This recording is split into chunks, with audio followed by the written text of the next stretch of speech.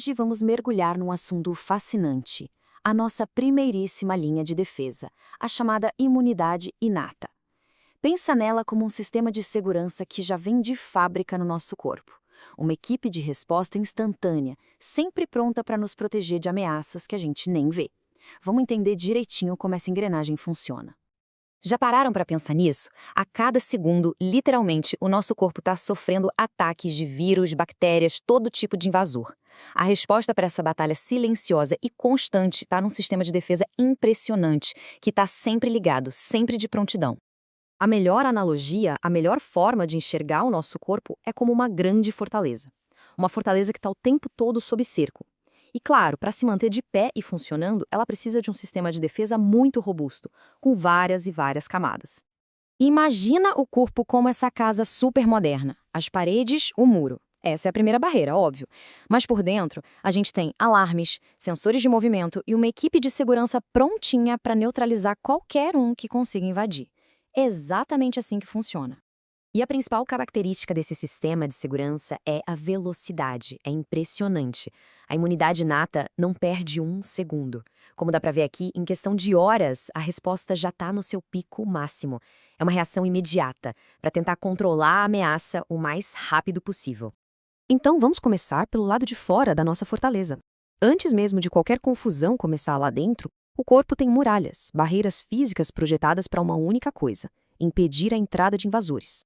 E aqui a gente vê essas muralhas em ação. E legal que não é uma parede só não, é um sistema de defesa em camadas. Primeiro, tem a barreira física das células bem juntinhas. Se alguma coisa consegue passar, o corpo produz seus próprios antibióticos ali na hora. E como uma última defesa ali mesmo, na muralha, tem células imunes especializadas já morando ali, prontas para o que der e vier.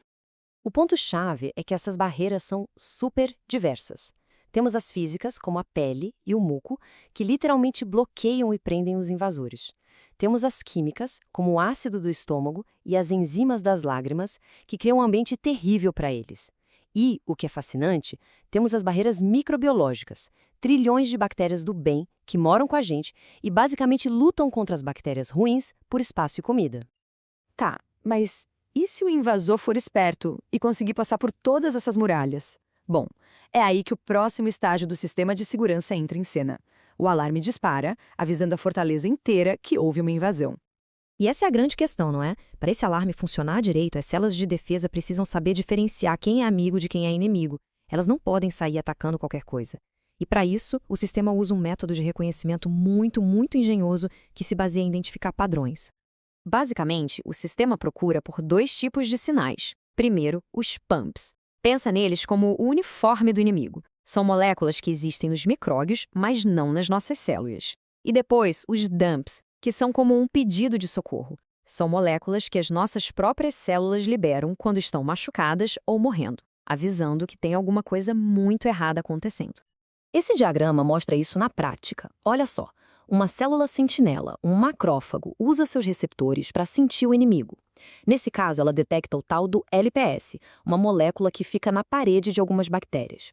Essa detecção é o gatilho. Ela dispara um alarme dentro da célula, que começa a liberar citocinas, que são as moléculas de sinalização que chamam os reforços.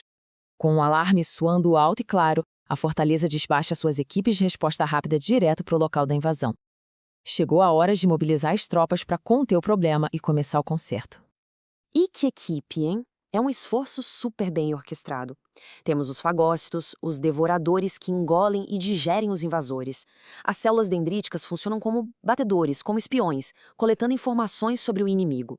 Os mastócitos liberam substâncias químicas para preparar o campo de batalha.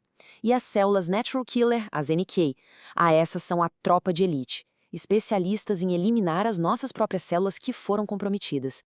E aqui estão alguns dos nossos heróis. À esquerda, o neutrófilo, um fagócito voraz, um dos primeiríssimos a chegar na cena do crime. E à direita, a célula dendrítica, com esses braços longos, sempre sondando tudo ao redor, em busca de pistas.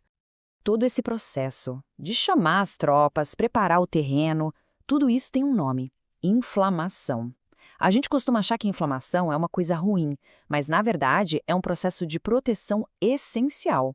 É a resposta organizada do corpo para isolar o problema, eliminar a causa do dano e, claro, começar a cura. Este slide ilustra perfeitamente como a inflamação acontece. Agentes químicos fazem os vasos sanguíneos ali perto ficarem, digamos, mais porosos. Isso cria umas aberturas para que as células de defesa e as proteínas consigam sair do sangue e chegar no tecido infectado, exatamente onde a briga está acontecendo. E toda essa ação gera sinais que todo mundo conhece. O aumento do fluxo de sangue causa o calor e a vermelhidão. O vazamento de líquido causa o inchaço. A pressão desse inchaço e a liberação de certas substâncias causam a dor. E tudo isso junto pode levar a uma perda temporária de função. Então, da próxima vez que um corte ficar inflamado, é bom lembrar, é a imunidade inata trabalhando a todo vapor. Mas não são só as células que trabalham. Existe um outro componente crucial nessa resposta imediata. Pensa nele como uma força de apoio, sabe? Reforços que chegam para amplificar a defesa. É o chamado sistema complemento. Esse sistema é basicamente uma cascata de umas 30 proteínas que ficam ali inativas flutuando no sangue. Mas, quando um patógeno aparece, elas são ativadas e começam uma reação em cadeia que, como o nome diz, complementa o trabalho do resto do sistema imune. Uma das funções mais importantes desse sistema complemento é a opsonização. É um nome complicado para uma ideia simples. Algumas dessas proteínas funcionam como etiquetas. Elas grudam na superfície do patógeno e o marcam como um alvo. Isso torna ele praticamente irresistível para as células devoradoras, os fagócitos. E essa analogia aqui é perfeita. A opsonização é como se um policial apontasse e dissesse, é aquele ali. Isso torna o trabalho da polícia, dos fagócitos, muito mais rápido e eficiente. E além de marcar os alvos, o sistema complemento também ajuda a chamar mais células de defesa. E pode até, em alguns casos, furar a membrana dos patógenos diretamente. Enfim, a gente viu a velocidade e o poder incríveis da resposta imune inata. Ela nos protege sem parar, todos os dias. Só que ela tem uma grande limitação. Ela não tem memória. Ela não se lembra dos inimigos que já enfrentou. Cada batalha é como se fosse a primeira vez. E isso deixa uma pergunta no ar, né? Como é que o corpo desenvolve uma memória de longo prazo para ficar mais forte e mais rápido contra ameaças que já apareceram antes? Bom, essa já é outra história. É a história da imunidade adaptativa.